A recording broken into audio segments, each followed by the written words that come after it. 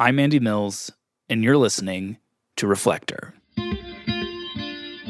I believe he knows he's an illegitimate president. We won't have a republic left. It won't be recognizable. I think there was a conspiracy. Let's say this loud and clear. Without voter suppression, Stacey Abrams would be the governor of Georgia. And we are going to fight like hell against the tyrannical Democrats and any Republicans who do deals with them. It will be your peril if you underestimate this movement again.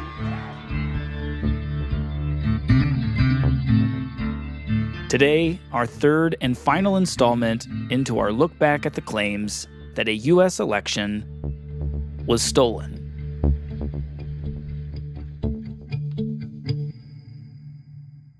Chapter 6.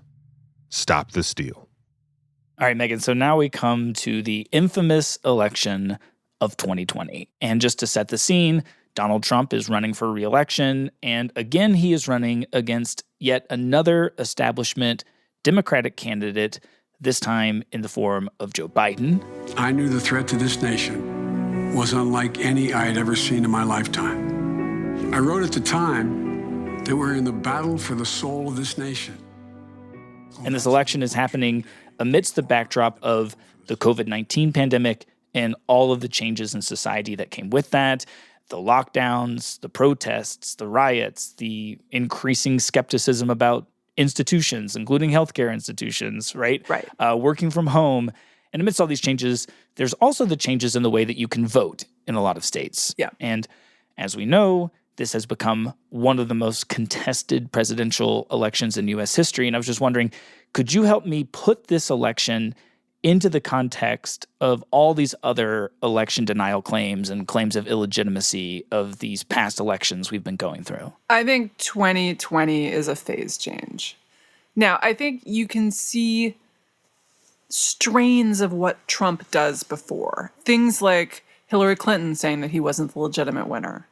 Stacey Abrams saying that she had really won, she had some sort of moral victory in the 2018 gubernatorial race.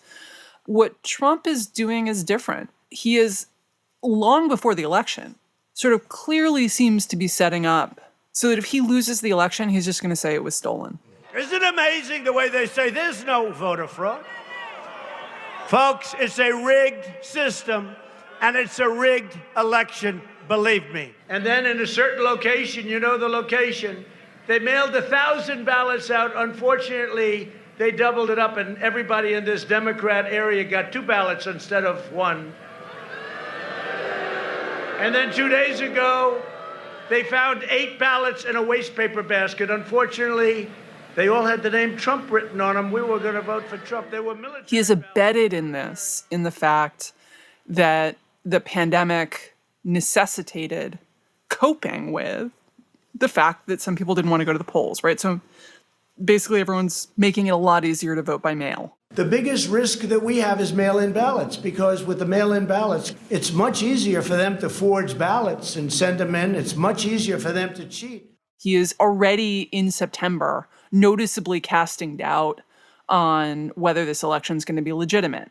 The ballots, that's a whole big scam, he says. That's on September 24th. The Democrats are trying to rig this election because that's the only way they're going to win, he says, during a September 13th rally. They're going to be sending out 80 million ballots, and it's Democrats. They're trying to rig this election at every single place. This is months and months before anything has happened. So even before the election itself, Donald Trump in some ways is already making election denial history, because he is saying that these COVID-era voting changes, like sending entire precincts absentee ballots so that they can vote by mail if they want, he's saying that this is all a part of a plan to steal the election from him. Yes. All right, so let's just jump right into election night. The time is now. November 3rd, 2020. It's a choice between a Trump super recovery and a Biden depression. I'm running as a proud Democrat, but I will govern as an American president. Live from New York City. I remember it well. It was a very close election. Not knowing the outcome tonight does not mean the process is broken. It does not mean the election is unfair. What's most important is that every citizen who casts a valid vote gets that vote counted, however long it takes. We're committed to being with Trump seemed to be doing really well early in the night, but as the night wore on, later and later, the race got tighter and tighter until it was just too close to call. Seconds coming up on the 9 p.m. hour here in the East. There is the list of states with poll closings. The battlegrounds. Florida, too close to call. Pennsylvania, too early to call in the 9 o'clock hour. Ohio, too early to call. Georgia. And then I remember about 2:30 in the morning, November 4th, Donald Trump comes out and he gives this speech. Well, thank you very much. Thank you. And Megan, how long before Donald Trump started casting doubts on the outcome of this election? Immediately, he starts telling people, oh, I really won. This is a fraud on the American public. This is an embarrassment to our country. We were getting ready to win this election. Frankly, we did win this election.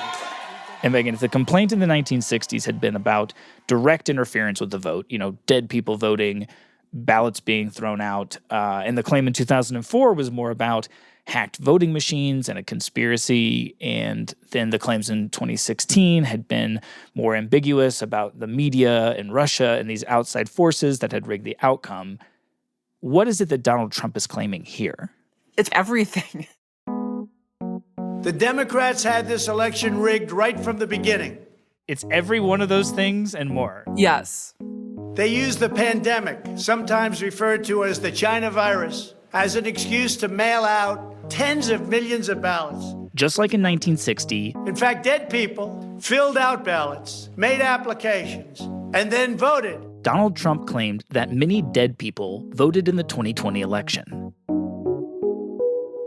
Just like in 2004, Donald Trump claimed that voting machines had been hacked or rigged against him. With the turn of a dial or the change of a chip, you can press a button for Trump, and the vote goes to Biden. What kind of and that the companies that made these voting machines were run by people who, like Diebold in 2004, had given money to his political opponents. 96% of the company's political donations went to Democrats, not surprisingly. Much like in the 2000 election, in close states that had rules that triggered an automatic recount. In the recent recount in Georgia, which means nothing because they don't want to check signatures, Donald Trump claimed that the recounting was unfair and that votes for him were illegally being thrown out. They found thousands and thousands of votes that were out of whack, all against me. Just like Stacey Abrams in 2018, Donald Trump claimed that Brian Kemp and Brad Raffensperger in Georgia were trying to steal the election. We have a Secretary of State and a governor who made it very difficult to check signatures. Why? You'll have to ask them. And somewhat like 2016, Donald Trump also claimed that the media and outside forces had rigged the election against him. The media knows this, but they don't want to report it. In fact, the mail-in voting scam is the latest part of their 4-year effort to overturn the results of the 2016 election. And it's been like living in hell. One of the reasons that I always follow your work and read your work is that you are not afraid of nuance. And even when you're criticizing or speaking out against a policy that you believe is ill-founded, you try your best to understand where people are coming from. You try to engage in what they call good faith debates, right? Let's do that for this. How, in the best faith way, could we understand where there were and weren't irregularities, maybe something like fraud in the 2020 election, and where weren't they? So I think the biggest irregularity in the one case that the Trump campaign won, ultimately, was that Pennsylvania wanted to allow mail-in ballots to be counted from after the statutory deadline because of the emergency of the pandemic. Right, and Pennsylvania was very close. And Pennsylvania was very close. Not nearly close enough for this to actually make any difference, but close. So I think that a big part of the story, number one, is that Suddenly states have all changed the rules to make it really easy to vote remotely. And people are afraid that this is contributing to fraud. And I think there are a couple of things you can say about that. And one is that it's probably easier to commit absentee ballot fraud than it is to commit in-person fraud. And we know of cases where absentee ballots have been stolen from people's mailboxes and then voted, and how do you prove that it wasn't you? That's real, right? If I show up and I'm trying to vote as my 80-year-old mother, it might be noticeable that I am not 80. And I think some of that fraud does happen, right? People decide to vote for an elderly relative who has dementia. And maybe they vote the way grandma would have wanted, or maybe they stick it to the old hag by voting for whoever she would have hated. But either way, I think that those things probably do occur. And so there is this uneasiness that you're massively switching to a method that makes it easier. And then there is also the fact that people had lost their mind about Trump. And I think that this was something that people did not appreciate in 2016, between 2016 and 2020, is that a bunch of institutions had kind of abandoned old norms about objectivity, the media chief among them, because this is an emergency. In the United States, the Democrat camp has been rocked by allegations which may well prove that its candidate, Joe Biden, has been lying. I will tell you, when I talk to people about the 2020 election, a thing that comes up over and over is Hunter Biden's laptop. The New York Post has published damning emails found on an old computer once owned by Biden's troubled son, Hunter. Just a quick refresher of what was a very strange chapter in American election history, with just a few weeks to go before Election Day in 2020.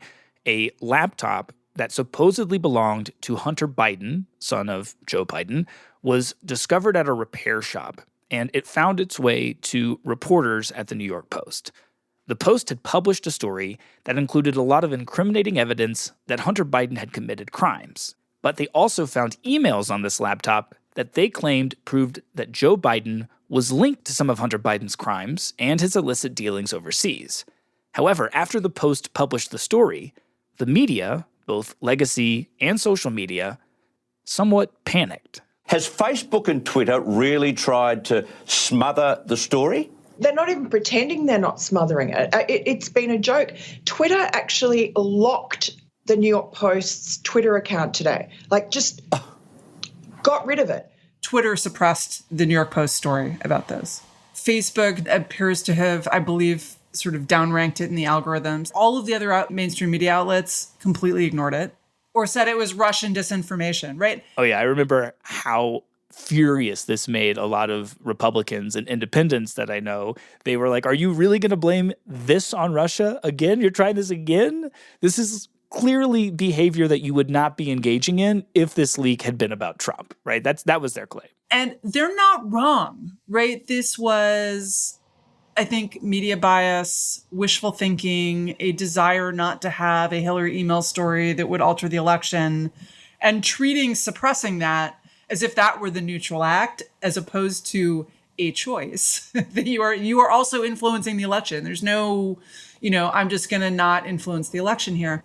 And again, there was just this consistent, I think, tendency to suppress information that hurt Democrats.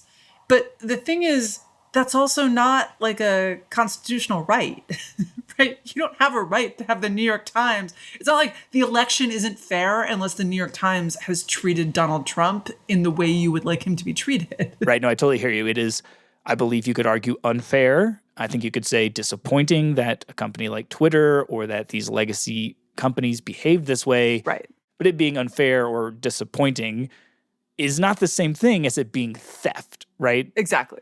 Well, Megan, while we're on the subject of the media, I also wanted to ask you about this other thing that I noticed, which was that there was a lot of blanket statements from public figures and from some media outlets that said, no, there was no fraud here. Absolutely no fraud. There's nothing to see. There's no reason to do these investigations. And I wonder if making such a broad statement when, of course, we know that there's always a bit of fraud, right? When you go looking, there's always mistakes that are made. There's always a cheat or two to be found. That I wonder if making such a sweeping, broad statement got people who already were suspicious of the media, suspicious of these institutions, to think, oh my God, maybe they are hiding something.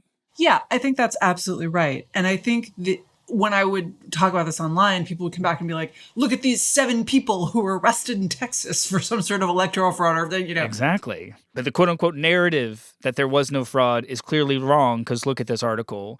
And I think in this moment, that is, I think, convincing to a lot of people. So I think that you can look at this and think 2 things that feel a bit contradictory, but I believe both of them.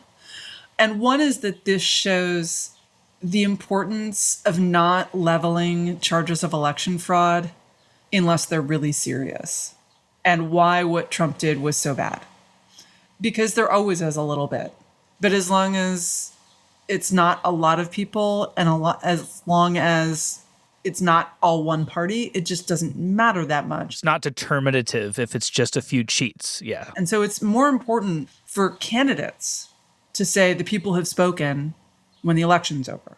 Doesn't mean you can't demand a recount if it's close or whatever, but like once you have results in, unless you have exceptionally good reason to believe that the election was stolen, as we are now witnessing in Venezuela, where, there's a 30-point gap between the exit polls and the alleged margin of victory, unless you have very good evidence, you shouldn't say it. But at the same time, I think that what the mainstream media was doing, and also, by the way, what conservative media does in the other direction, is they were trying to eliminate all doubt by not allowing any complicated stories in. Right. And so I think that really undermined institutional trust and made all of the claims about election theft more plausible to people who already kind of didn't trust the media. And I think that it would have been much better if we had just run the story and said, well, we don't know if it's real, but this story has been reported. The New York Post is reporting it. I think it would have been better if we had allowed that. There are some, you can see how there are some legitimate concerns about changing all of the rules and making absentee voting so easy because of the pandemic. But also, here's all the reasons to believe that didn't make a difference. One of the things that I'll often hear from my friends and family, strangers I meet at a bar, who buy into, in a big way, this idea that something nefarious happened and that Joe Biden is not a legitimate president. One of the things they point to is the insanely high turnout. And the quote that you hear a lot is Donald Trump got more votes and lost than Barack Obama got when in 2008 he won. And that means that Joe Biden got more votes than many of these way more popular candidates in the past few decades. And it's just no surprise Joe Biden's not a very popular guy. And they'll say things like, in Iowa, Joe Biden couldn't fill a gymnasium. He barely did any campaigning. He was in his basement. And you expect me to believe that there was this massive swell of voter turnout for this guy? Something had to be up. And yes, some of them will say it's because of the issues that you're pointing to, the idea that the media was against him or that there was, nefarious activities from the social media companies who were doing shadow banning and stuff like that. But really, in my experience, they often don't get super specific. It's just this general vibe that how could Joe Biden have gotten this big group of people to go vote for him when people clearly don't love him? And there is a bunch of people who clearly love Trump. And it's something just had to have happened. What do you say to that voter? I think that's a really interesting question. And I would say this. I would say a few things. Is that one thing that really exacerbates this feeling, which to some extent, it's a variant on the old Pauline Kael, like, how did Nixon win? I don't know anyone who voted for him.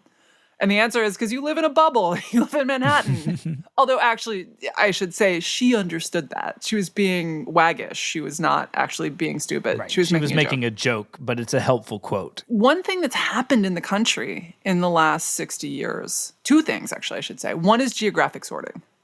And so it's harder to imagine, if you live in a rural area, it is hard actually to imagine the level of passion that ordinary people in Washington, D.C. suburbs had for getting Biden elected, in the same way that it's actually quite hard for them to understand why people in those rural areas love Trump so much. So that was one thing that was happening. The second thing is negative partisanship.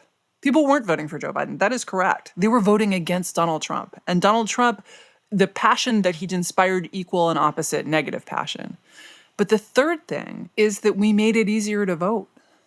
Right? In response to the pandemic, we made it so that you could vote anytime you wanted within 15, 30, whatever days of the election. And it turns out if you make it easier to vote, more people vote. Exactly. And so it's not crazy. People were looking at real things that happened, but they were interpreting them through the lens of negative partisanship, of geographic polarization, where these people in a far-off city, who I don't know very well, and I certainly don't trust, because they have been abandoning their institutional norms and going crazy about Trump for 4 years. Why would I trust these people to monitor this election? Those people are telling me that turnout went up. But here's the thing. Having said that, having honored what they were seeing and why that felt real and true to them, there's a bunch of reasons that this did not happen, and moreover, that Donald Trump knew it didn't happen. Donald Trump and his legal team got their day in court.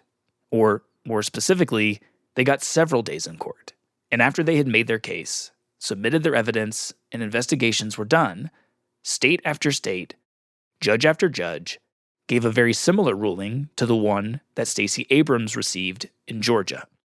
Yes, there were some mistakes that were made. Yes, there was some fraud and cheating that was discovered. But in the end, there was nothing close to sufficient evidence to back up the claims that widespread fraud had taken place and that it had resulted in an election being stolen. And yet, all of us here today do not want to see our election victory stolen by emboldened radical left Democrats. Donald Trump continued to make claims that the election had been stolen, and he encouraged people to come to the Capitol on January 6th, the day that Congress was going to certify the election. President Trump, in the early morning hours today, tweeted that he wants the American people to march on Washington, D.C. We've been huge Trump supporters. When he said, everybody come to D.C., we felt like we had to come. So here we are. And we are going to fight like hell against the tyrannical Democrats and any Republicans who do deals with them. It will be your peril if you underestimate this movement again. And of course, what happened on January 6th has been litigated and will continue to be litigated and debated for many years to come. But one thing that we know for sure is that Donald Trump told the protesters that he was not going to concede because the election had been stolen. We will never give up. We will never concede. It doesn't happen. You don't concede when there's theft involved. And then, hours later, some of those protesters rioted.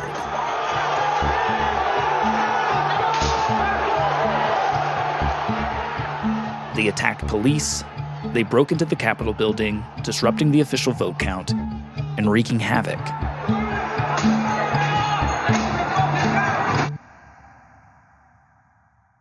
Then, approximately 2 hours and 15 minutes later, Donald Trump came out of the White House and told the rioters that it was time to go home. I know your pain. I know you're hurt. We had an election that was stolen from us. It was a landslide election, and everyone knows it, especially the other side. But you have to go home now. We have to have peace. We have to have law and order. We have to respect our great people in law and order. We don't want anybody hurt. It's a very tough period of time. There's never been a time like this where such a thing happened, where they could take it away from all of us. The next day, on January 7th, after receiving a lot of criticism and blame for what had happened at the Capitol building, President Trump gave a formal speech. I would like to begin by addressing the heinous attack on the United States Capitol. The demonstrators who infiltrated the Capitol have defiled the seat of American democracy. He began by condemning the rioters. To those who engaged in the acts of violence and destruction, you do not represent our country. And to those who broke the law, you will pay. And then finally, he acknowledged that Joe Biden would be sworn in as the President of the United States. Now Congress has certified the results. A new administration will be inaugurated on January 20th. My focus now turns to ensuring a smooth, orderly, and seamless transition of power. And in stark contrast to what he had said the previous day, Donald Trump, in keeping with American tradition, called for national unity. This moment calls for healing and reconciliation. We must revitalize the sacred bonds of love and loyalty that bind us together as one national family. To the citizens of our country serving... But this call for unity did not last. After the break, Megan and I talk about the state of the 2024 election. Stay with us.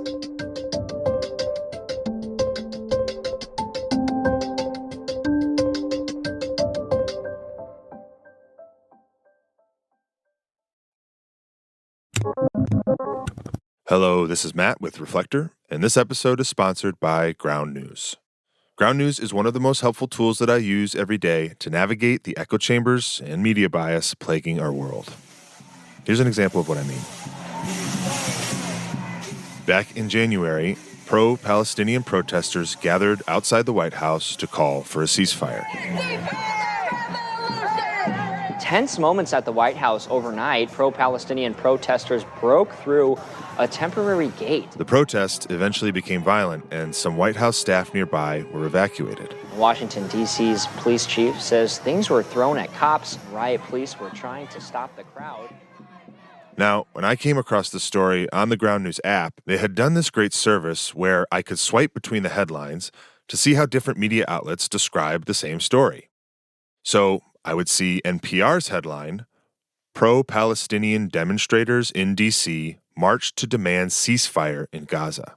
Next to The Messenger's headline, Pro-Palestinian protesters damage fence outside White House, forcing evacuation of nearby staff.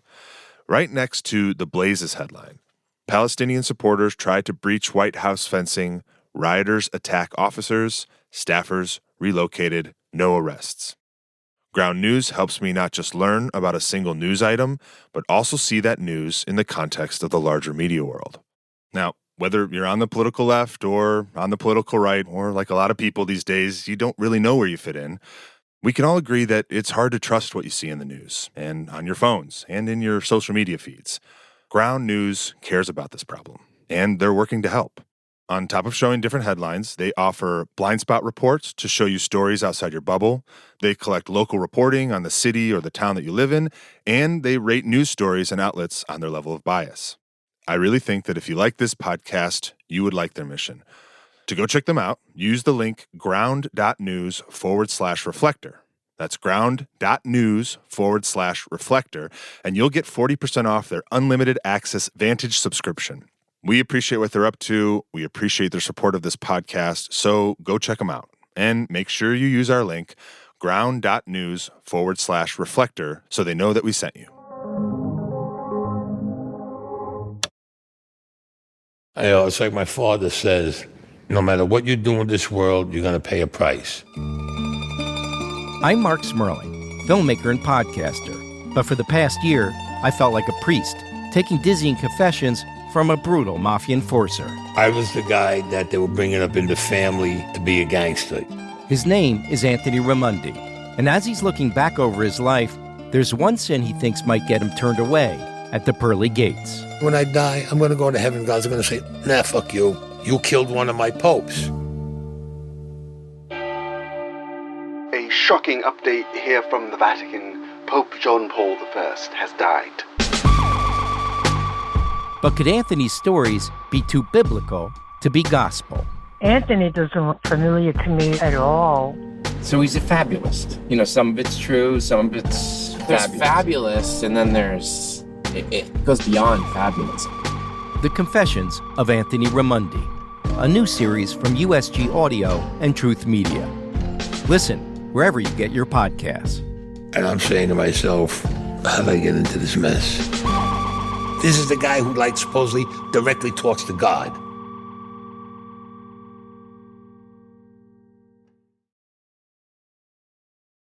I never thought anything like this could happen in America. They want to take away my freedom because I will never let them take away your freedom. They're not coming after me, they're coming after you, and I just happen to be standing in their way, and I will never be moving. On November 5th, 2024, justice will be done. We will take back our country, and we will make America great again. Chapter 7. Democracy versus Democracy. Hello again, Megan. Hello again, Andy. I can hear that you are no longer in the same place that you were last time. What is that noise I'm hearing? It's the ocean. My father unfortunately passed this spring, and I am up at his house, which is on the ocean, and I'm cleaning it out, which is sad, but also happy to see all the memories. And also before I didn't have a cold, so both I and the room might sound a little different. Last week, I called Megan back up so that we could talk about the state of the 2024 U.S. presidential election. All right, Megan, how do you place the campaigns that are going on right now in the broader context of our election history? I know that the word unprecedented gets thrown out a lot these days, but how much unprecedented do you see happening right now? I think a lot of things. We've got a former president running again. That's really abnormal. In order to make America great and glorious again, I am tonight announcing my candidacy for President of the United States. And the former president who's running claims that the last election was stolen from him. That was a rigged election, and it's a shame that we had to go through it. It's very bad for our country all over the world. And so I think one thing that's really concerning about this election is that it risks validating that as a strategy. Right. And also that we have a former president who has been now convicted of a bunch of felonies, but convicted in a deep blue state by a prosecutor who ran for office in part by saying, I'm really good at going after this guy. I've tangled with him legally before, and I know how to get him. You have the Justice Department also going after Donald Trump, although that's now in limbo. You're saying that Biden's Justice Department going after the former president and current frontrunner of the Republican ticket, that is also unprecedented. Exactly. We didn't do a thing wrong. I'm a very innocent man, and our whole country is being rigged right now. This was done by the Biden administration in order to wound or hurt an opponent, a political opponent. Right. Even if you think that that is justified, it's also just not normal. Yep. You have a presidential candidate who was the victim of an assassination attempt. You want to really see something that said, take a look at what happened.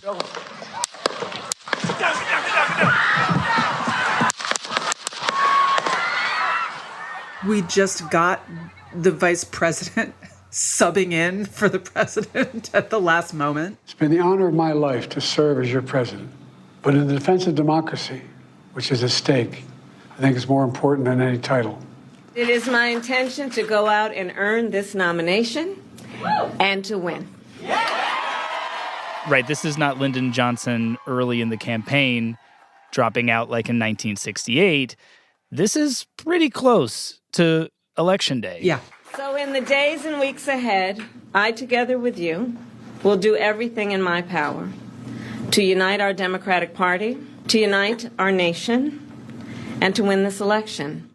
And you are already seeing Republicans who really wanted to run against Biden. They're suddenly like, this is undemocratic, how dare you? Right, this is cheating. This is cheating. 14 million Democrats voted to make Joe Biden the nominee. So it would be wrong and I think unlawful in accordance to some of these states' rules for a handful of people to go in a back room and switch it out because they don't like the candidate any longer. That's not how this is supposed to work. One of the things that's striking to me as someone who's been following this election very closely, even before the current president decided to drop out, is that essentially the cornerstone of both campaigns has been this idea that the other guy is an existential threat to the country. Whether democracy is still America's sacred cause is the most urgent question of our time. And it's what the 2024 election is all about. Joe Biden is a threat to democracy. He's a threat. You've had Democrats who are saying that if Trump wins, he may rule as a dictator and that you need to vote for the Democrats to save democracy. Well, at the same time, you have Trump, who's been saying that if he doesn't win, we may not have a country anymore. The radical left Democrats rigged the presidential election of 2020, and we're not going to allow them to rig the presidential election of 2024, because if we do, we won't have a country anymore. We won't have a country. Donald Trump and the MAGA Republicans represent an extremism that threatens the very foundations of our republic. And it appears that a lot of their voters believe them. I think the most recent polls that I've seen show that slightly more Republicans are worried about the future of democracy if a Democrat wins than even Democrats worried about the future of democracy if Trump wins. Yep. And I think this goes back to the rising sense on both sides that it's not legitimate for the other people to hold power. Right. And, just to lay my cards out on the table here, Megan, I am one of the many Americans who is worried about what is going to happen, almost regardless of who wins this election. Because if there's an understanding out there that the other side spells the end of American democracy, the end of our country as we know it, then why wouldn't you do anything in your power to stop that, right? I worry that there's a lot of people out there who are going to think, I have to stand up and fight or else I'm going to lose my country, right?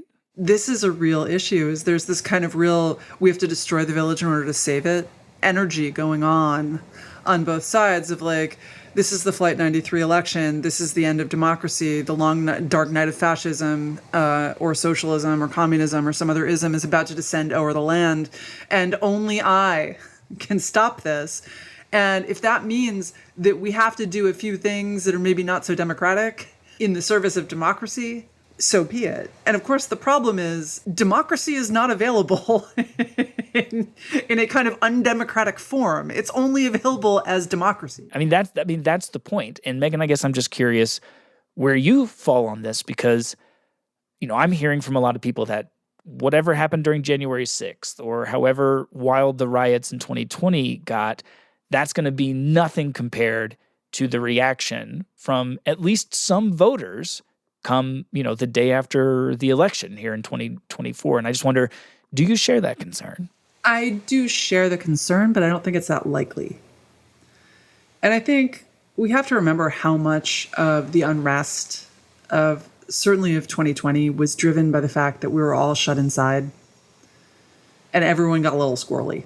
And so I'm less worried about it than you might think, because I think that people, they have other stuff to do now. They're not all sitting inside staring at a computer and finding reasons to go crazy. That said, there was a lot of unrest before 2020, right? We saw this in 2016. I was in Washington. People were setting cars on fire because Trump got elected. And similar with January 6th, there have been some pretty severe penalties towards the people who participated in that riot. And maybe that warns people off the idea of doing something like that again. I certainly hope so. But I also think that the fever pitch of the last 10 years has been exhausting. And I think I look around, people seem tired. They seem tired of talking about it. They seem tired of talking about politics and political and ideological issues all the time. And I think that's actually fundamentally healthy. It just seems to me when I look out that the energy is waning. And it also seems to me when I talk to normal people, they're not nearly as freaked out as the very online kind of professional media class is. Professional activist class, the professional political class. Those people spend all day, every day marinating in these arguments, and they are absolutely convinced that they need to save America from itself. And specifically that they need to save America from 50% of its citizens. And the thing I always want to say to them is those people are America. Exactly. You can't save American democracy from half the electorate. It doesn't work that way. This actually is what democracy looks like. So you have to deal with your fellow citizens. There's no shortcut. There's no one final victory. Where the music swells and the lights come up and we all clap. The closest thing we get is those concession speeches. The people have rendered their verdict, and I gladly accept it. Where after a hard-fought battle, the loser graciously concedes. It is traditionally American to fight hard before an election. It is equally traditional to close ranks as soon as the people have spoken. And then turns to the people who supported them and says, it's time to unite. Tonight, we rejoice in our democracy. We rejoice in the freedom of a wonderful people, and we accept their verdict.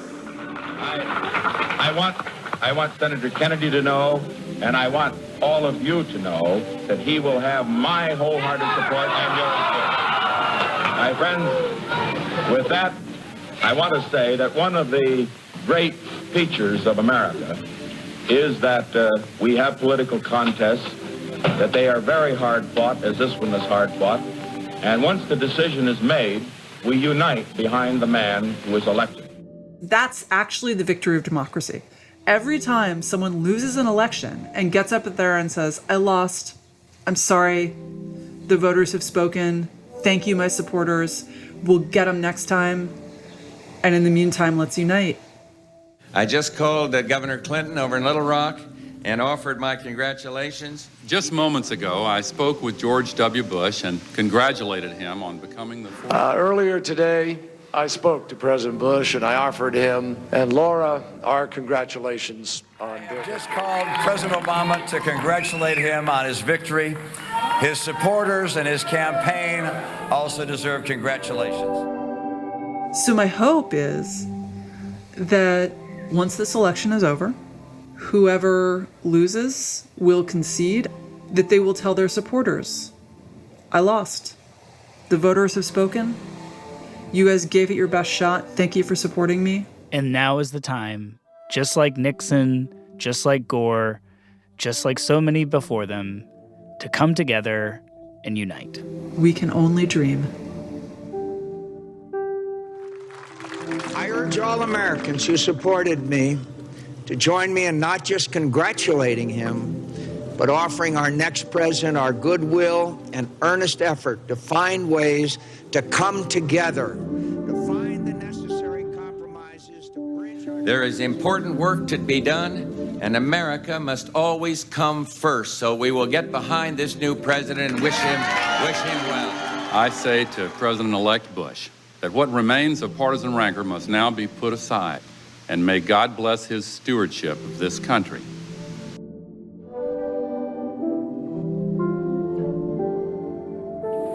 And we look to Democrats and Republicans in government at all levels to put the people before the politics. I believe in America. I believe in the people of America.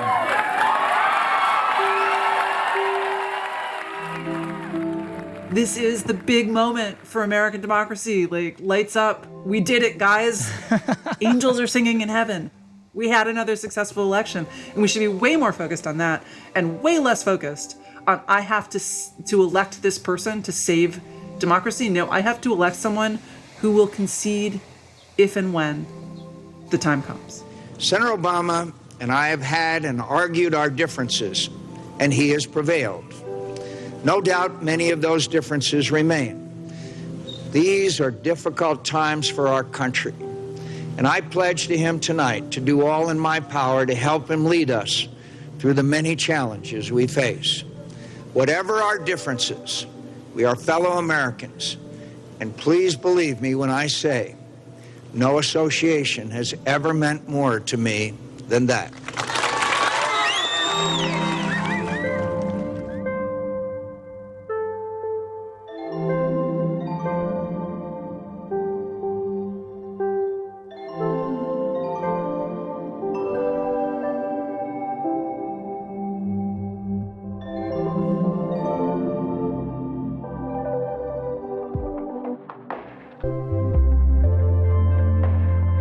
This episode of Reflector was produced by Andy Mills and me, Matt Bull, with special thanks to Megan McCardle and Megan Phelps-Roper. If you're new here, please be sure to check out our earlier episodes. And if you liked this story, please share it with your family and your friends, or leave us a review on Apple and Spotify. It really helps people discover the show.